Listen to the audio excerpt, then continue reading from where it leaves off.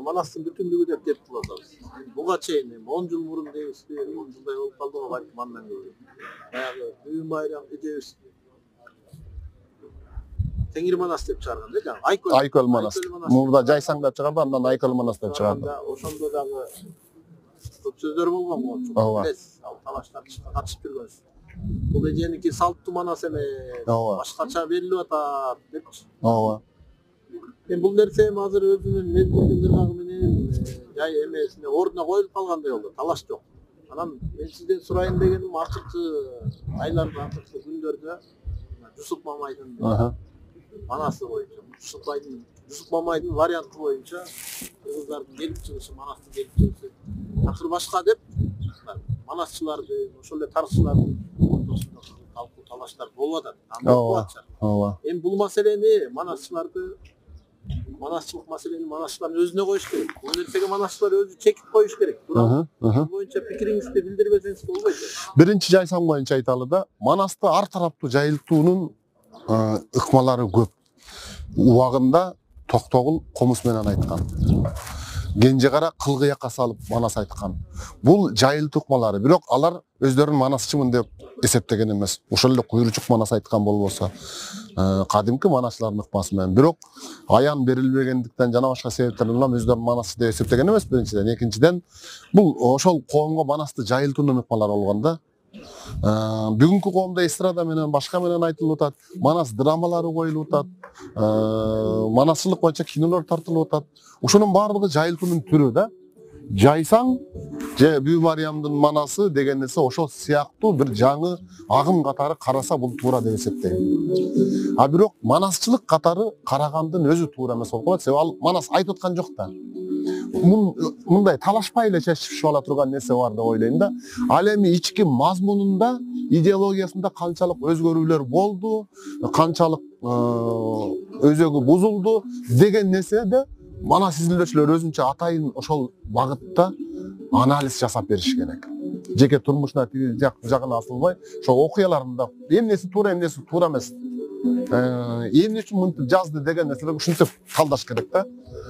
Ал эми Жусуп Мамайга келе турган болсок, Жусуп Мамай салттуу манасчылык жолду улаган манасчылардан, сыймыктанган, даңазалуу манасчыларыбыздын биринен.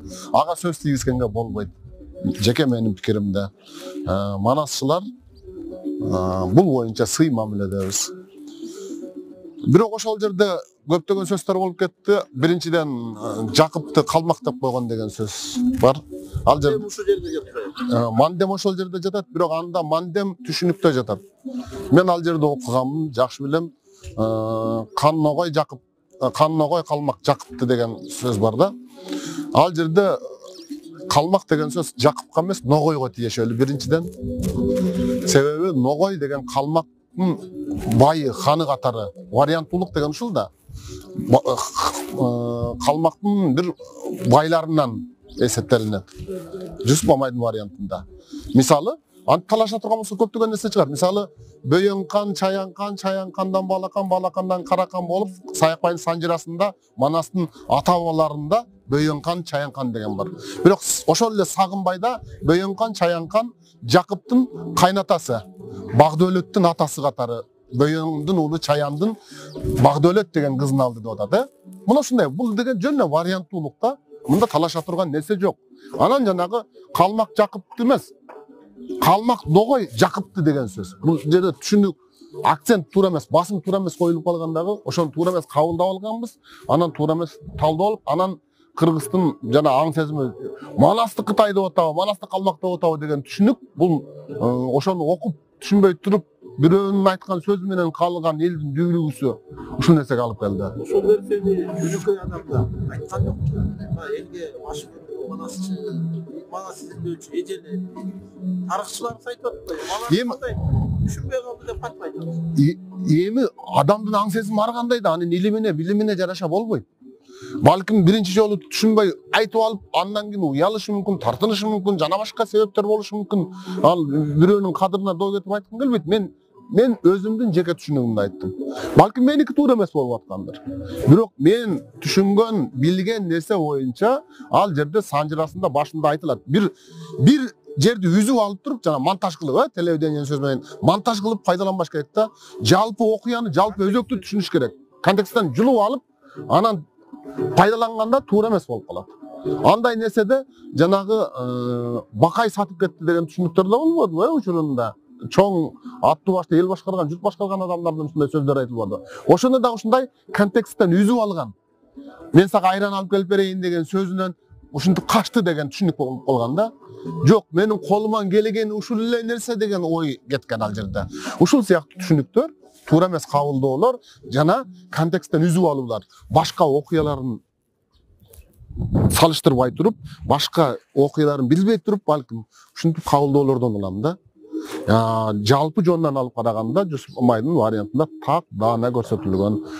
Бир гана айырма бар. Ошол Жусуп Мамайдын вариантында Манастын бабалары ошол Энесайда турду деп айтылат. Бул эми табигый көрүнүш варианты улуктагы себеби ошол эле Мамбет Чокморов биз сыймыктанган айбыр манасчыбыз Манаста Арсланбапта төрөлдү деп айтып атпайбы? Бул табигый көрүнүш, ошол адамдын өзүнүн жеке вариантындагы түшүнүк. 84 варианты, 83 анан варианты бар да, ошонун бири. Экинчи талаш кыргыздардын таралышы, жаралышы жөнүндө. Кыргыздардын жаралышы жөнүндө эки вариантты айткан Жусуп Мамай. Башында, Манастын башында берилген ал. Анан ал элдеги уламыш боюнча ушундай нерсе айтылат деп берген да. Дал ушундай деп берген эмес. Ушундай кыргыздардын жаралышы боюнча ушундай эки уламыш бар деп гана берген. Кыргыздын жаралышы жөнүндө не деген гана уламыштар чыккан жок. Ошонун эле бири. Дал ушундай деп берген эмес. Эки вариантты бирдей берген. Укканын киргизген да, бир сөз менен айтканда. Маалыматты жеткизген. Талдап алыш адамдын аң сезимине, окурмандын аң сезимине жараша болуш керек. Бул биринчиси, экинчиси жанагы кулдан тараган тексис деген түшүнүк, бул туура эмес. Жеңи жокту кул деп ким айтат? Тексис деп ким айтат? Ошол Хан Мамайдын таралышындагы окуя дал ошол жеңи жоктун окуясы сыяктуу эле да, ала болуп ооруп хан баласын бөлүп чыгарып. Жеңи жокто ошентип кул таласта жүрүп чоңоюп атпайбы? Мына ошол сыяктуу эле окуя. Ал жерде эч кандай тексис, кул, анан күңдү алып берет деген түшүнүк жок. Алып берди деген түшүнүк бар. А кимди алып бергенди жөн, күңдү алып берди деп так айтылган эмес. Кантип хандын кызына бул жорукта жокчосун да күңдү алып берет деген жорукта жокчосун. Бардык бир эле Кыргызстан эмес, бардык элдин түшүнүгүндө хандын баласы күңдү алып туруп, анан тексис жерден бирөөнү алып туруп деген нерсе болгон эмес. Өзгөчө Кыргызстарда тег жайын сурап, куда болгончо кулу бийиңди сураш, куда болгондон кийин кул да болсо сыйлаш деген сөз эмне үчүн айтылган? Ошого чейин, алганга чейин териштирип, сүрүштүрүп туруп алган. 7 таны суроо, иликтөө, жиликтөө эмне үчүн чыккан? Анан Манаста ошондой нерсенин кетип калышы мүмкүн эмес. Албетте кемчиликтер болот. Саякбай атабыз айтып атат. Манас бабаңардын жомогу Чытырбан Токой анда адашса адашып калгандырмын деп. Сагынбай атабыз адашкан, Саякбай атабыз адашкан, Жусуп Мамай атабыз дагы адашкан. Кемчиликтер болот. Бирок ким эмнени издесе ошону табат дегендей, биз улуу дүйнөдөн кемчиликти эмес, улуулуктарды издешибиз керек. Ошол кемчиликтерди түздөп билип отурушубуз керек. Албетте, албетте. Ошон үчүн варианттуулук деген келип чыгып атат да. Ал ошол мурункунун кемчилигин кетирбөөнүн далбасасы болуш керек. Аны адам аң сезимде ириге болот. Мен маселен Сагынбайдыкын эле билем, Сагынбайдыкы эле туура деп тура берсем, бул туура эмес болот да. Адам Манастын бейнеси, Манастагы каармандардын бейнелери жөнүндө ушундай аң сезимге баскынчылык болмош керек. Адам ар бири өзү кыялдангандай элестетиш керек деп атпайбызбы? Окуяларды дагы ошондой кабылдаш керек. Ким кайсыны туура деп эсептесе, туура деп кабылдаш керек дагы, туура эмес болсо туура эмес. Болгону ошол түшүнүктү башкага таңуулап, дал ушундай экен дегендин өзү чекилик болот деп ойлойм да.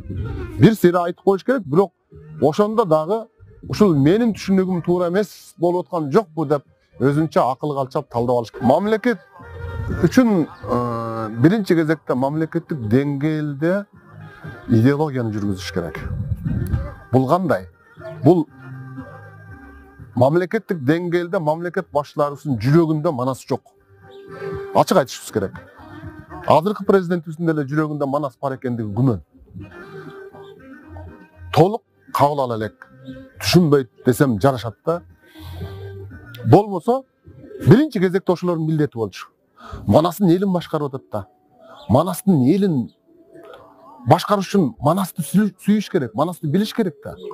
Манасты билбей туруп, Манасты сүйбөй туруп, Манаска күйбөй туруп, эл Манастын элин кантип башкарабыз? Анан калса Манаска үндөбөй туруп, Манаска Манас жөнүндө даңазалуу иштерди жасабай туруп, Манас жалпы журттун мамлекеттик деңгээлде, эл аралык деңгээлде сыймыктана турган, даңазалай турган нерсеси болуш керек. Эл аралык жанагы президенттер келгенде биринчи манасчыларды, манасчылыкты, Манасты даңазалай турган болуш керек. Ошондо мамлекеттин кадыры артат. Ошондо Манаска болгон мамиле өзгөрөт. Демек, ушул сөзүңүздөн улам муктаждыктар көп десе. Муктаждыктар көп. Бул бир эле жагдай. Экинчи жагдай жана мен айтып аткан нерсе.